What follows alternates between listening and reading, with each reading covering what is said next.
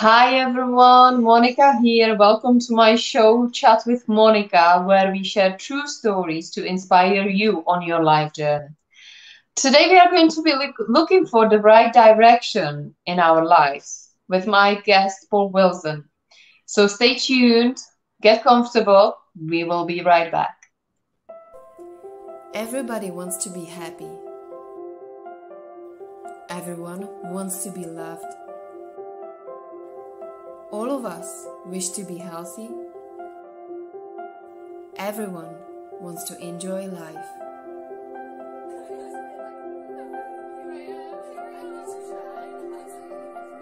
Art changes the world. It inspires people to stand up and speak up and support. It was time and also between us we were able to. Hi everyone and welcome once more. I also want to welcome my today's guest, Paul Wilson. Hello. Hi Monica, how are you doing? I am brilliant. I'm so excited to have you here in my show. So thank you for accepting my invitation. My pleasure. Really looking forward to this. It's a really good topic you've chosen as well. Perfect. Brilliant. Okay, well, we are not going to be holding back. Let's start by you sharing your story, your life journey, how you got to where you are right now. And where was there is kind of like a breaking point for us in our lives when we actually decided we are going to do this and help others. So please, what was the story? Oh God, yeah, I hope you're sitting comfortably because this could take some time. Oh, I'm sure we are. Right. Okay. So let's talk about the recent past more than anything. That's probably that gives you a really good indication. I worked in the corporate world for 25 years, worked for the same company. And that was based around helping people in various situations. Back in 2015, I was transferred into another role within the same organization that just wasn't me. I gave it my best shot. I did my best to make it work, but it just wasn't a good fit. We're talking square peg in round hole, that kind of thing. And then I had what I call my Independence Day, October the 23rd, 2017. I got knocked off my bicycle on the way to work and I broke a bone either side of my right elbow. And I'm right-handed, so that meant I was out of action because I couldn't type, couldn't write, couldn't, do anything. So I was signed off work for 6 weeks. And during that 6 weeks, it was this internal debate. Do I stay or do I go? Do I stay and make everybody around me miserable because I feel miserable? Will it get worse? Can I change anything? Can I do anything different? Or do I take a massive leap of faith and leave and do something completely different? I was off work for 6 weeks and I'm going back to the office and, going back after a long absence, you're going to wade through all the mail, get the door open, get the computer going. And while I'm doing that, the head of HR walks past my office and goes, "Hi, Paul, how's the arm?" I went, "Hi, Nick, I'm great, thank you. Have you got a minute?" I had no idea where this came from because I was still undecided. But I said to him, "Have you got a minute?" He said, yeah, come round to my office. Long story short, we had a conversation. And literally 6 weeks later, on the exact date of my 25th anniversary, I was out. 2018 was a year of change and discovery and learning and fun. It was brilliant. I did a social dynamics course, took on a personal trainer, lost a lot of fat, put on some muscle. I did a 12-week stand-up comedy course with 2 live gigs at the end of it in central London. And I fell back in love with hypnosis. I'd always had an interest in neuroscience and mesmerism and mindset and all that kind of stuff, but never really done anything with it for a variety of reasons, which I won't bore you with. But now there came an opportunity for me to have a go. And I went on this one-day workshop where learning this new technique called the control system. And I was working with a lady that had a fear of snakes and worms and anything kind of wriggled on the floor. Mm-hmm. And to kind of start things off, I was going to show her a photograph of a snake and kind of turn it around like that. And I couldn't even turn the phone around to show her because she started crying. No, don't, please, don't show me this picture. So, okay, the end of the day, we did the work, and I could show any kind of picture, not a problem at all, which felt good, but it was still not quite there. The very next day was a Sunday, and by sounded like tradition, this lady and her family went for a walk in some local woods. And dad is videoing everything, and the kids are running around, and mum's walking along the pathway. All of a sudden, husband goes, "Darling, you better walk around there because look, there's a massive worm on the pathway." And she goes, "No, no, no, it's okay." And very, very gently, my client, well, not my client, but this person I've been working with, gets on her hands and knees, scoops up this worm very gently, and carries it over to a patch of grass and lays it down the grass. Husband nearly drops the phone. He launches a stream of expletives because he just can't believe what he's seen. This woman that he's been married to for 20 odd years, been petrified of stuff like this, calmly picks this thing up. And I'm sitting there going, bloody hell, I've got a superpower. And then what I did was I contacted the person that had run the workshop. I said, "Who trained you?" I went to work with that person. I said to that person, "Who trained you?" And I did that all the way up the ladder as far as I could get. I went on every course, read every book. I've got a library of books about hypnosis, the mind, all kinds of stuff. And I decided that's what I was going to do. I was going to become a hypnotherapist. And so I got qualified, got insured, all the usual kind of thing. And I started helping people with depression, phobias, cutting down on drinking, cutting down on, eating too much, all that kind of stuff. Yeah. But within about a year, I realized that I was helping people with the symptom. All people wanted, I want to stop drinking. Okay, I'm frightened of spiders. Okay. But it wasn't kind of dealing with the root cause of the issue.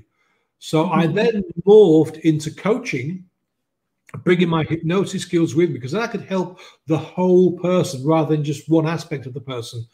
And I just absolutely love it. And that's what I do now full time. This is the only way I make money, is by helping my clients do what they need to do. And recently, what I've been helping clients with is, and it kind of fits really nicely with the subject of tonight's conversation, is building a legacy. Because so many people, just for a second, imagine you're a ship, okay? You're a ship, you're a luxury cruise liner, and you're in the middle of the Atlantic, but your rudder, the thing that steers the boat, has broken.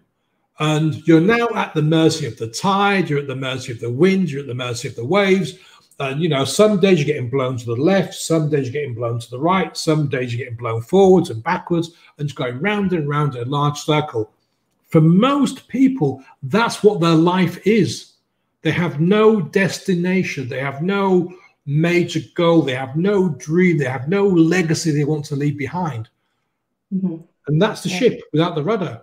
And what I do now is I help clients, amongst the other things that I do, is I help clients identify what their legacy is going to be, where they want to be in 5, 10, 15, 20 years' time, what they want to leave behind. There's an old thing, an experiment that says, okay, you just pretend you've died. What do you want people to be saying about you at your funeral?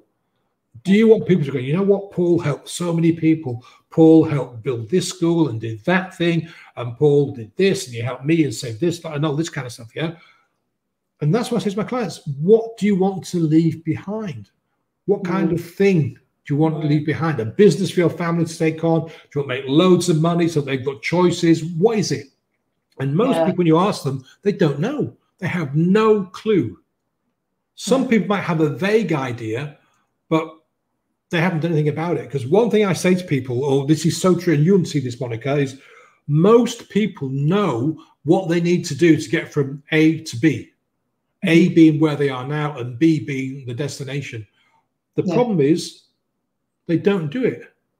For whatever reason, they don't do it. And that's where I come in. Yeah. I think it's brilliant how you talk about it. And there are a couple of things that I would like to mention.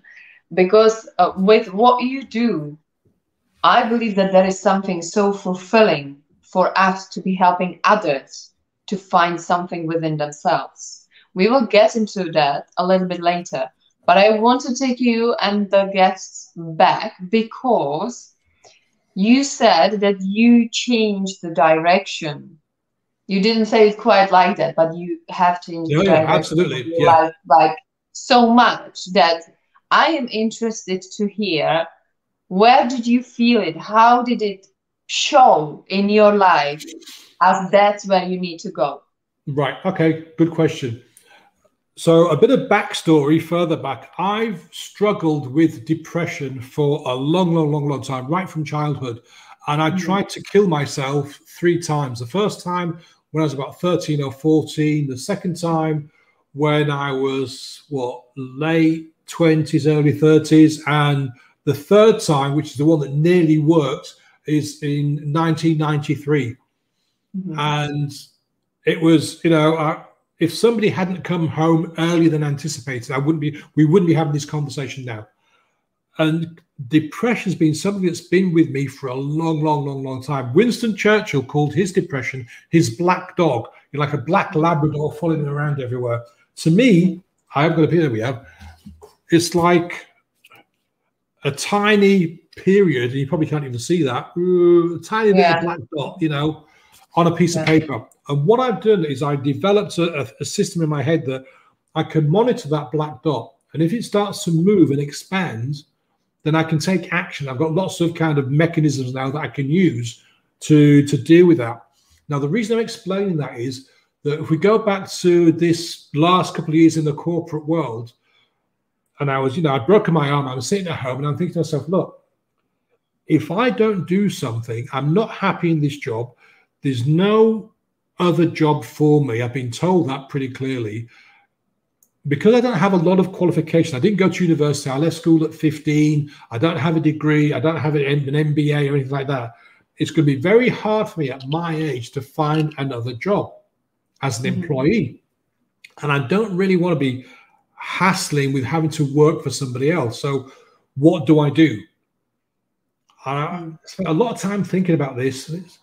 I came to the conclusion that it would be better for my mental health to take a leap of faith and do something completely different, completely off the wall, than stay where I was. Because if I stayed where I was, I knew that I was probably going on a downward spiral, and I'd have to really fight and really struggle and really have to deal with that. And I didn't want to.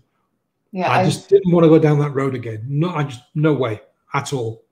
yeah, I think if I can point out, do you feel that that break you got by breaking your arm was a gift for you to actually take a break from work and start thinking about what you really want to do? At the time, there is no way I would call it a gift because it hurt like And hell. I was on a bicycle. It was October. I was going down this road with all the traffic was stationary, red light, and then there was a school on the corner. And so Dad decided to let his kids out at a red light, and to avoid hitting the kids, bang! I tried to avoid. I hit the curb, tumbled over, and I was semi-conscious in a dazed. I actually cycled to work in this state, had a shower and that, and I got to my office, and then everything started to hurt. And I mean, really, really hurt. It got so bad. I phoned my team and said, look, guys, this is what happened. I need a lift to hospital. Can somebody, give me a lift? So somebody gave me a lift to the hospital, and I got seen, and that's when I realized that I'd broken my arm. So it wasn't a gift. at the time, it wasn't a gift. At the time, no, it was the worst thing that could have happened to me. On reflection, looking back in time, yes, it was a gift because it gave my brain that space it needed to kind of think about things. Now, photography is my passion. I love photography. And one of the ideas I had was that if I did leave, I'd become a professional photographer. Then I spoke to a few professional photographers that had been in the industry for 20, 30, sometimes 40 years. And the consensus was, Paul, don't do it, because every man and his dog and his best friend, his girlfriend, has got one of these things, call themselves photographer now. And the bottom has pretty much fallen out of the market. And yes, you can make money, but you will no longer love your photography because you have to do all kinds of things and you're not going to enjoy it. So I thought, yeah, okay, Photography, I love it. It's a hobby. I've done it since I was 14. I don't want to change. I don't want to make it a grind. So I left the company after 25 years with no idea what I was going to do. I didn't have a clue. But I wasn't worried. I was much happier being in a situation where I didn't know what I was going, because for my own sanity, my own mental health, that prospect was better for me than being back in something that I knew I didn't like and I didn't enjoy, and I was going to make myself miserable and people around me miserable. So that leaving was the best choice. And I was thinking about this the other day, that somewhere in the back of my mind back in 2017, I'd been thinking that 25 years was a good round number to be working in one organization. A quarter of a century, 25 years, a quarter of a century. It's a great number. So somewhere in the back of my mind, that was kind of going bing, bing, bing, bing, bing. Paul, it's nearly 25 years. Paul, it's nearly 25 years. Don't forget, don't forget, don't forget. So that must have been going on in the back of my mind as well at some stage. So yeah, now it was a gift. That's why I call it my Independence Day, that accident. But at the time, no way was it a gift. It was a pain in the backside. Yeah, absolutely, absolutely. I think, what happens in our lives, we get too caught up in the way we live, can be unhappy, can be unfulfilling, but we don't allow ourselves to actually give ourselves that space and time to rethink everything we do, and based on how we truly feel deep here, to decide what we're going to do next. I believe that that's why these kind of gifts or occasions, situations, come along to push us into that space where we are kind of just with ourselves. And I think that there people can find real answers to their questions, whether they like what they do, whether it fulfills them, and whether they want to continue or not.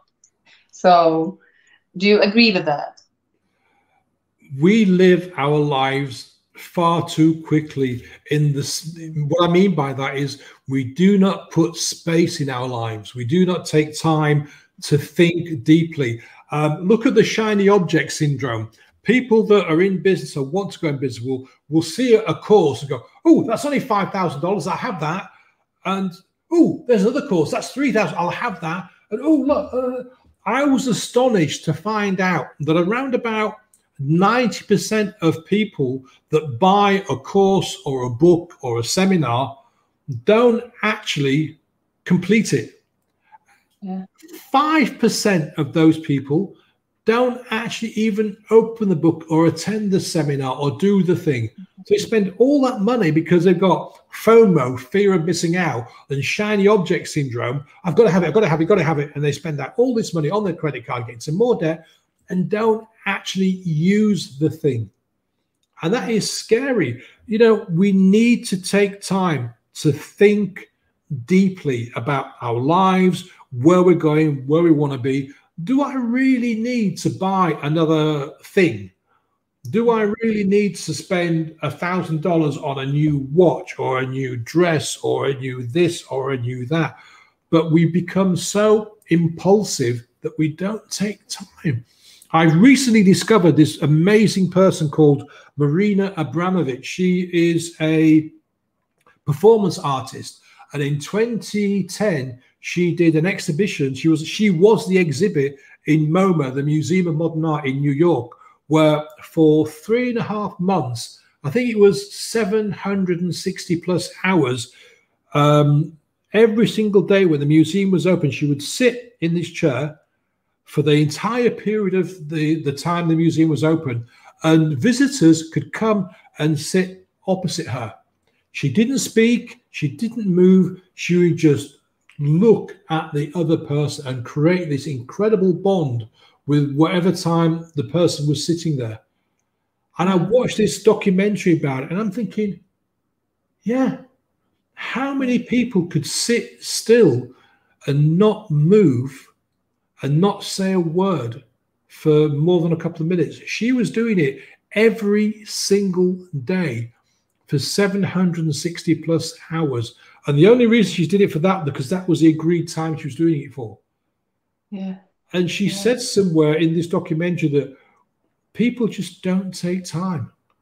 We don't know how to sit. We don't know how to contemplate. Meditation is a brilliant, brilliant, brilliant tool for all kinds of different reasons. A lot of people say, oh, I can't meditate. I can't sit still for 5 minutes. Exactly. You know, how on earth can you expect to achieve something in your life if you don't give it the deep kind of consideration and the deep kind of thought that you need to give something? I was very lucky that I had this accident and I had the time kind of thrown in front of me. And I used that time. I didn't try and play games on the computer. I sat and I thought and I imagined what my future would look like down both of these roads. And so, yeah, I was very lucky. But on reflection, I think if I hadn't had the accident, I would probably have taken some time off and done the same thing and come to the same conclusion. Because it was the right moment. It was the right time. The change of job, the 2.5 years of doing it, the realization it wasn't working for me. So I think that if the accident hadn't happened, I would have taken an extended break of leave and come to the same conclusion. But we don't take the time anymore. We don't think. We think in the sense of, okay, let's move on. But that's not thinking. That's like that amount of time. I'm talking about sitting down and taking the time to consider your situation and reflect about the good, the bad, the indifference. And, you know, we've talked about what is your life's purpose? What is your life's journey? And if you don't take the time to think and consider this, you ain't going nowhere. Yeah. People tend to really put stuff into their lives, like occasions, meetups, greetups, and things. They buy things, and that's all filling in the time that they could potentially take for themselves. And that's where the magic happens. That's where they can find the answers and start looking for the right direction in their life. But we are the ones who stop ourselves from doing that.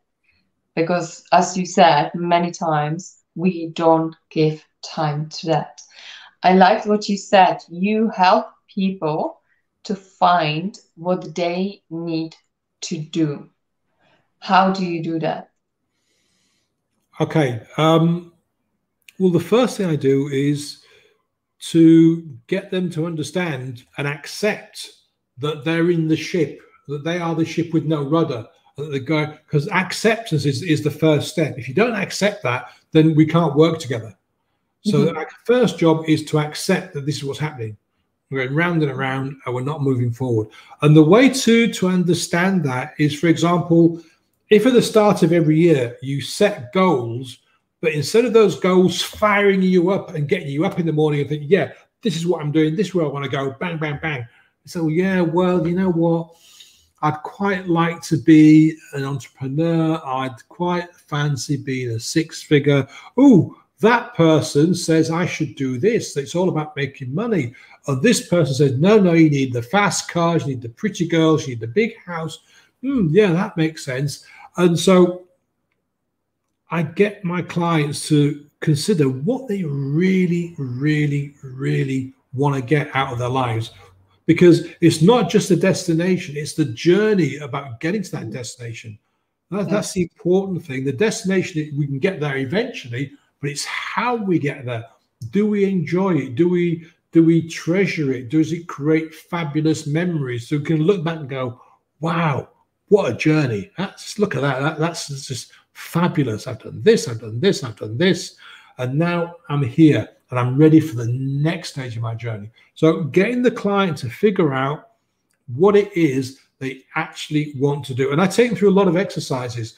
One of my favorite exercises is to get them to stimulate their imagination, because every single person watching tonight, everyone on the planet has this incredible tool called imagination. But again, we just don't use it. When we're kids, we live in our imagination. I mean, if you've seen young children play, they are Darth Vader, they are swordsmen, they are Florence Nightingale, they are all kind. And you see them running around with a paper hat and a tea towel around, and they are knights in shining armor, and they are living that story. And we don't do No that. hesitation. Somewhere along the line, our imagination gets squished and it gets stamped on and it gets battered down. And the only time we get to really use our imagination is when we're dreaming. And even then, for a lot of people, their dreams are just, so dull, so tedious. So I get my clients to start to use their imagination again by thinking about, okay, what does my life look like in 5 years' time? But really look like, not what they think it should look like, not what this guru says or what that person says. What does Paul Wilson want his life to look like in 5 years' time? Well, I want to be living here and I want to be doing this. I want to have created that. I want to be working with this person. And I get them to look at every single day. So not trying to have like an ideal day, but what does your week look like? A typical week. Not I'm on vacation in the Maldives and I'm, doing this, this, and this. What does your normal everyday week look like in 5 years' time? What do you look like? What are you doing? What are you wearing? What are you eating? Where are you working? Are you running your own business? Are you employed? Are you married? You got kids? And get them to go in really great detail about what that time looks like 5 years from now. And once we are happy that we've got a really good picture, we then say, okay, that's 5 years from now. This is where you are today. How do we connect? How do we bring that together? And so we start looking at things that we can do today. What can you do today? What's the first thing you can do today? Okay, well, in 5 years from now, I want to be running a guest house in, give me a really beautiful city or coastal resort where you live, Monica. Give me the name of a really nice place. Anywhere. Prague. It's Prague. Okay. In 5 years' time, I want to be in a beautiful guest house in Prague, welcoming VIP guests from around the world. And they're coming to spend a week with me. We take them around Prague and we talk like a mastermind. That's one way of doing. So 1 week out of every month, I have this group of people, this group of successful entrepreneurs that come and spend a week with me in Prague. And we brainstorm how we can help them. Okay, right. So how do I get there? Well, that means that I need to be known by the people need to know me, and I need to have the house in Prague. And I need to be doing this. I need to be doing that. I need to think about buying a house. And I get my clients to break it down so that today they can be doing something. And it could be like looking for real estate agents in Prague to get an idea of prices of the kind of building that I want to be living. Do I want a big garden? Do I want to have a big kitchen and all that kind of detail? And really, sorry, go on. Yes. So people can have big dreams and they also can have small dreams. But the difference happens when they start actually taking action. Is that right? Yeah. It's not about the size of the dream. Because, I've got clients that want to build a business that's environmentally friendly and that ethical and all this kind of stuff. And they're not looking at making millions and millions and millions. They just want this business to be helping people and paying, fair wages, around all that kind of stuff. And so we work back. Other people want to be making 7 figures.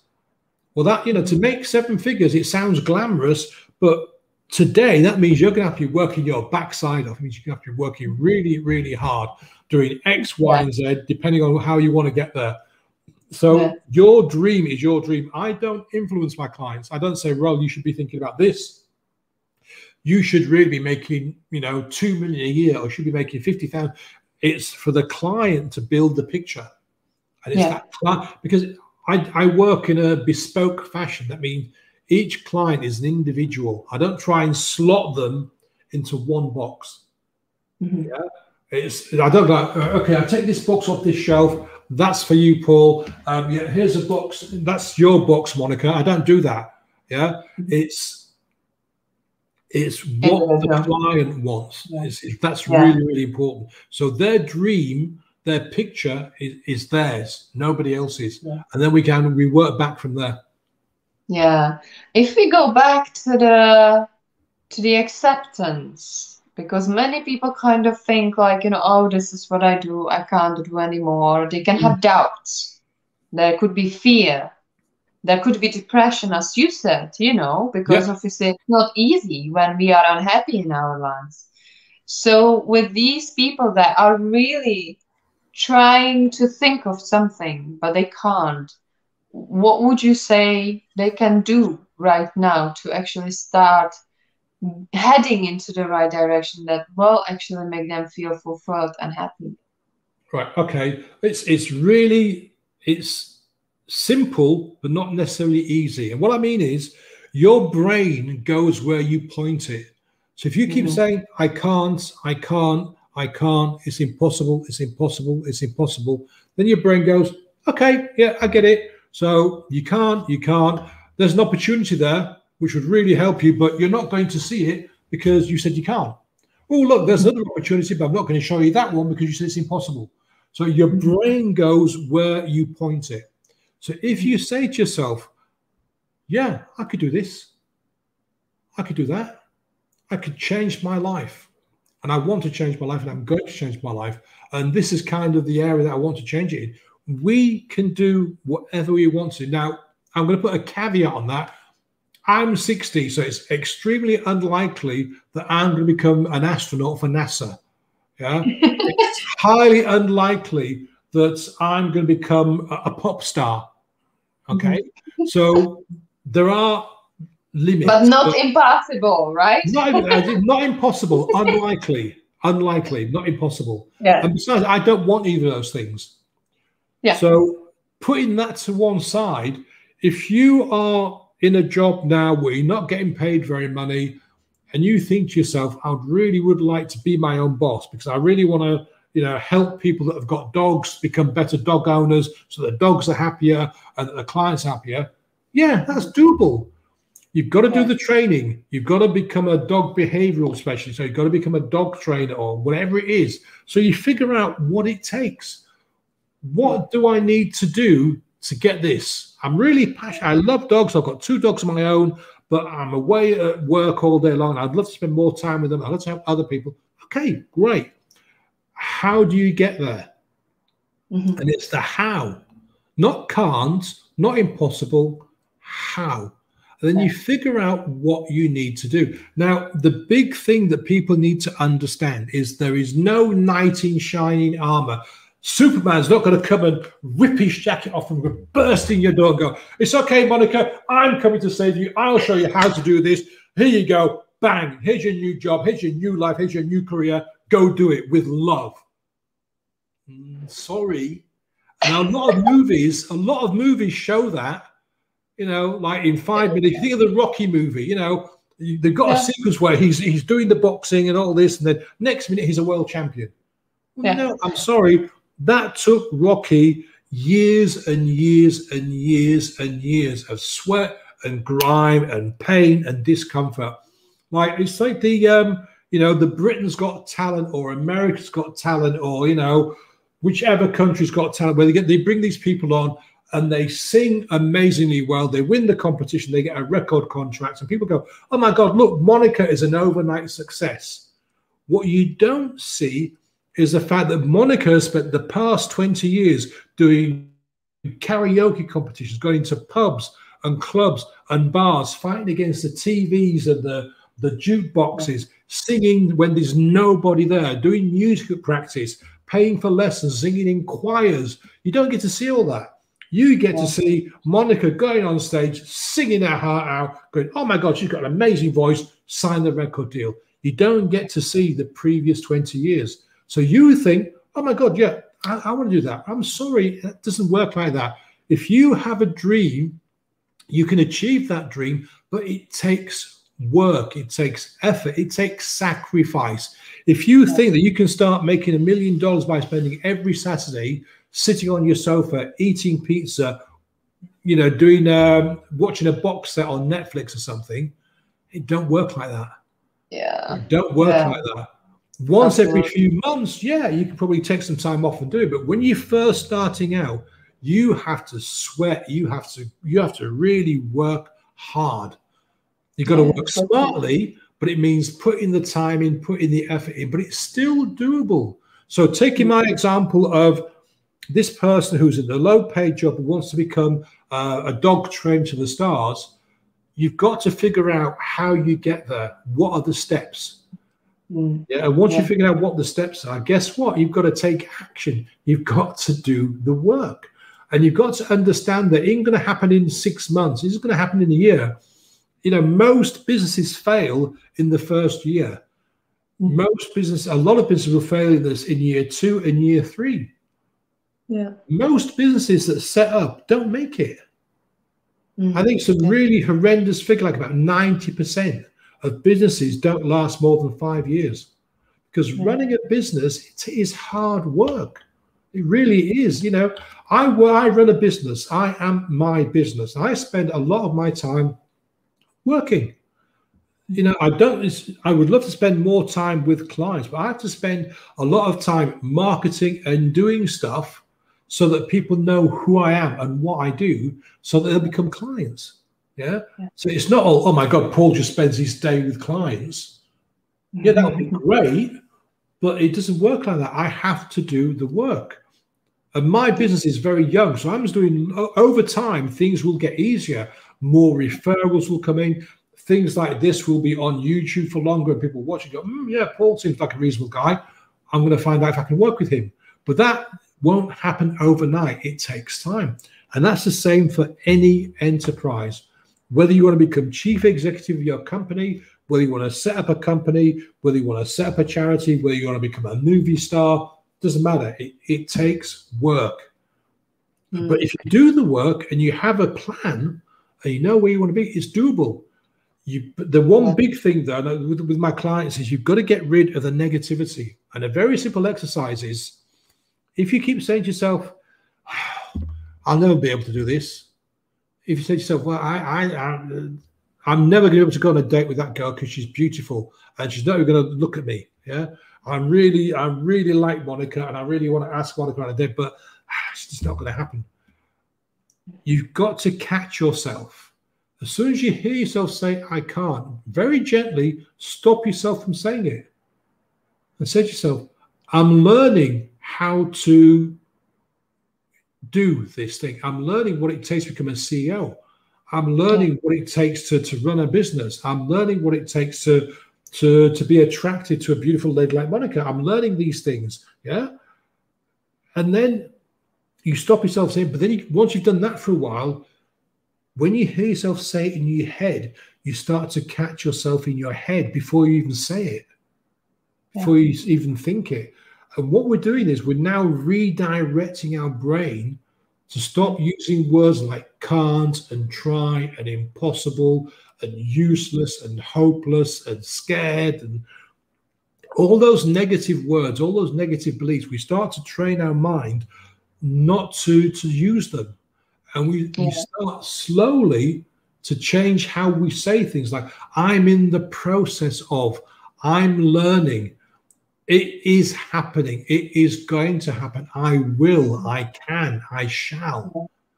And it's about training. It's like if you see a really buff guy, a guy with big muscles and a six-pack, he didn't do that overnight. He didn't go to the gym once and do a few of this and a bit of that and suddenly have muscles. 6 hours a day, 6 days a week for years and years and years before you build that kind of physique. And it's the same with working up here. It takes regular practice and catching yourself and patience and gentleness. And over time, you'll start to see a shift. You'll start to see a change. Get yourself. Monika's got a coach. I've got a coach. I have several coaches. Get help. Get people that know what they're doing, that can work with you, that can help you with these things. That's what I do. People come to me that are very successful, and they come to me for help because, like I said, they don't have the legacy. They try setting goals, and they go, Paul, you know what? Every year, January, I sit down for a couple of days, and I write out a list of goals. You know what? By February, I've forgotten them. Yeah. And we go through the Well, it's because they bore me. Yeah, I'm making 150 grand already. It's not about money. Okay, what Yeah, is it about? And then I get them to open up, and it's about the yeah, fact they're in the middle of the Atlantic Ocean, going around and around in a circle. They don't know what yeah, they're doing. They don't know where they're going. yeah. And you said one word that I really want to highlight, and that is change. Mm, Because if people want to change something in their life, they've got to make a change. And it all starts here. Because we got to where we are right now based on what we tell ourselves, based on what we feed our brain and thoughts with. And if we don't change it, then nothing's going to change. So the change is important with regards to new way of thinking, working on your mindset. It's important if you are unhappy on the direction you are on at the moment, then you've got to make a change to get onto another direction. And as you said, there are people that can help people to really discover something deeper than what's on the, so yeah, I think it makes sense, and I like how you explained everything because it just makes sense. If people feel stuck, then there is a reason for it. mm. Um, this quote is attributed to Einstein, but I'm not sure he said it. But the definition of insanity is doing the same thing day after day after day and expecting a different result each time you do it. If you want to make something happen, you have to change your mindset, your behaviors, your actions. For example, if you want to start a business and every day you come home from work at 5 o'clock and you sit down, you have your dinner, and then you sit in front of the TV with a bottle of wine from 6, and then at 10 o'clock you go to bed, and you don't change that, how on earth are you expecting to start a business? That time, 6 till 10, is 4 hours, Monday to Friday. 5 fours is 20. If you get weekends, that's 20 hours a week that you could be working on your business, building ideas and making connections, networking, writing content, all the kind of stuff that goes into building a business. Yeah. But if you sit there every single night, week after week after week, thinking, you know what, I'm going to start a business. You know what, I'm going to start a business. You know what, I'm going to start a business. I'm going to start a business. I'm really going to start a business. Insanity. You are never going to start a business if every single night you sit there from 6 till 10 watching TV. Yeah, I'm grossly exaggerating here, but you get the idea. The only way your business is going to start is if you say, right, okay, it's 6 o'clock now. I've got 4 hours. I'm going to get a notebook and I'm going to start writing down some ideas of what my business is going to look like. And then tomorrow night, I'm going to spend another couple of hours doing X, Y, and Z. And I'm going to make inquiries. I'm going to ask, can I get a grant? Can I get a loan? Is there somebody in my town that's doing the same thing? Can I book a meeting with them? Can I find out about what courses? And that's how you start to build the business, by doing the work, not by sitting watching TV talking about it. You can talk until you're blue in the face. That business ain't going to build itself. Superman or Wonder Woman isn't going to come wandering in through the door going, oh yeah, I'll build the business for you. It doesn't happen. You have to make the sacrifice. And that sacrifice is that time, your chill out time, your relaxed time, maybe even time that you spend with your kids, because that's what businesses happen. You have to make sacrifices. You have to cut things out to make space to do the work for your business. Yeah, very true, very true. Yeah, it all makes sense, when I made changes in my life. Obviously, my life changed, so I took another direction, and it wasn't easy to start with. And I was learning, as you said, we all learn all the time. But the thing is, you're always moving forward, and if you are investing that time into doing something that really gives you the pleasure, the meaning, that kind of feeling, yeah, I know that I am on the right path, then that makes sense. If you feel any other way, then obviously change is required. So if I can ask you towards the end, if there was one thing that you would say to the people, what would it be to make them think and really challenge them to make a decision to get onto the right direction? Okay, so good question. Life is learning. Life is always learning. Good times, bad times, boring times, happy times, sad times. We are all learning. Now, if you are in a situation where you're giving yourself a lot of headaches because you think, I want to start this, I want to start this, I want to start this, I want to start this, and you don't start it, and that's stressing you out. It's a very simple way to eliminate that stress. Either start it or don't start it, but stop talking about it. Accept that you want to sit in front of the TV every night from 6 till 10 with a glass of wine and watch a movie. That's fine. If that's what you choose to do, then accept that and stop stressing about, I should start a business. Because maybe starting a business isn't your thing. And that's perfectly fine. There's nothing wrong with not starting a business. You don't have to. There's no rule that says you must become an entrepreneur.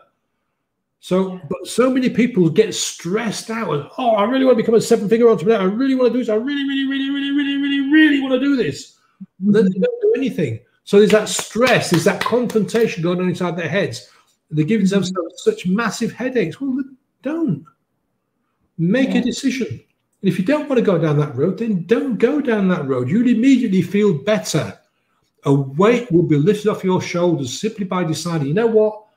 Running a business is not for me. I'm going to stay where I am in my job and I'm going to work my way up the company. That's fine.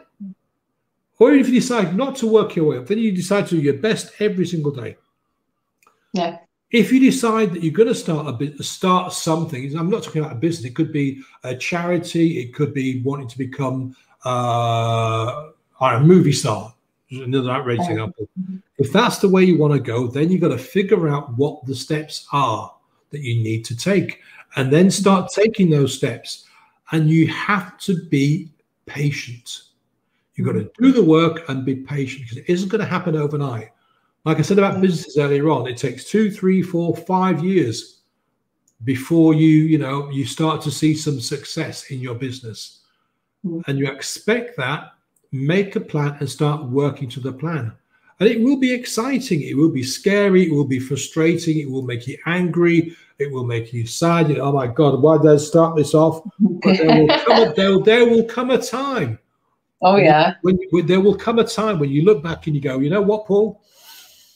I'm so glad. I'm so happy that I started this journey. I really, really am. Yeah. Yeah. And just start to be happy about your life. Start to feel happiness is a choice. I mean, okay, look, there are times when being happy is inappropriate. If you just, had a major accident, you've got to lose a leg, then being happy about that is just not going to happen. Yeah, it's ridiculous. But outside of those cases, we can choose to be happy all the time. We can fill our lives with joy all the time. Look, I've got a little experiment for you. Yeah, sit up in your chair, sit upright. I can't even help you. Smile. Don't fake it. Think of something that makes you smile. It can be anything. Think of something that makes you smile. And I do this. I don't have to start laughing. I can't help it. When I smile, it makes me laugh. And I feel so good. There's all sorts of chemical reactions going on in our brains here that start to make us feel good as soon as we smile. Yeah? So we start to feel happy. It's a choice. Look, another experiment. Put your head down and look downwards in the ground and just, think of something sad or miserable, not too bad, and put your head down and kind of slump over. And you will feel, how do you feel, Monica, when you do that? Yeah, exactly. You feel, if you sit there long enough, you start to feel sad. You might even start to cry. Your posture is you.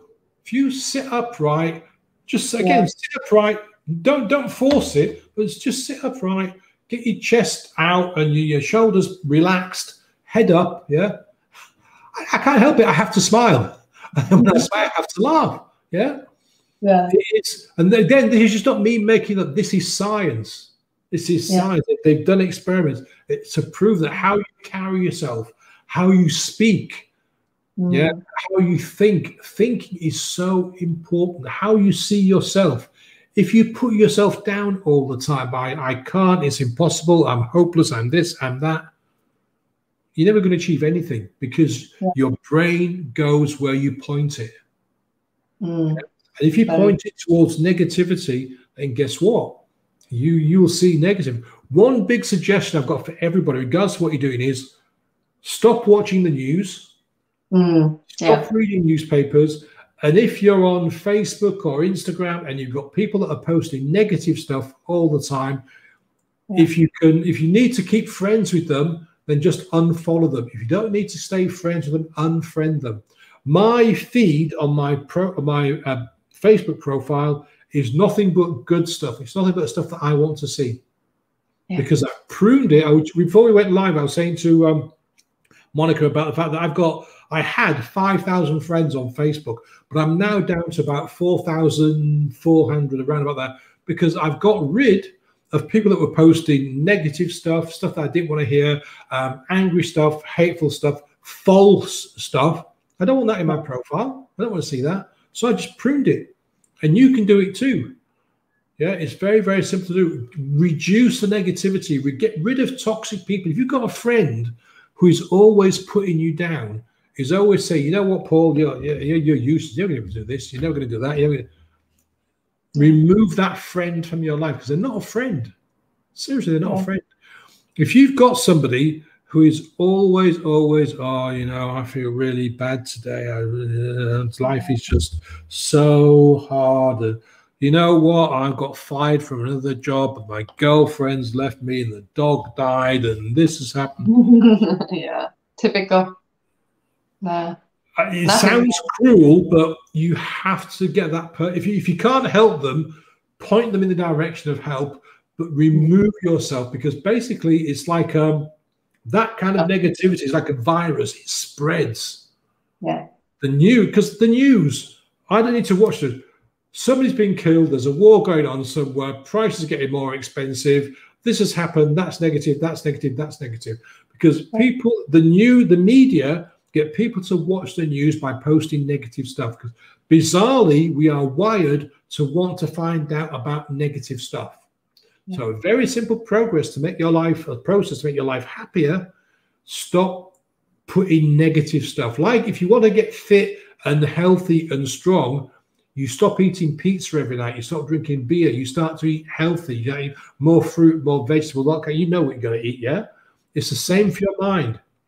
If your mind is full of negativity, eliminate it. You know, garbage in, garbage out. Get rid of the negativity. Get it out of your life completely, totally, utterly, as much as you possibly can. That's what I would say to people. Very true, very true. Thank you so much. I think we shared so much that there is nothing else to say. So, Paul, thank you so much for sharing everything. My pleasure. My pleasure. It's been great. Thanks everyone for watching. Leave us some comments how you've got it. Are you on the right direction or not? Are you lost? Are you feeling great? How are you feeling? Where are you on your life journey? Thanks so much everyone for being part of my show, Chat with Monica, and I will catch up with you next week with my next guest. Thank you.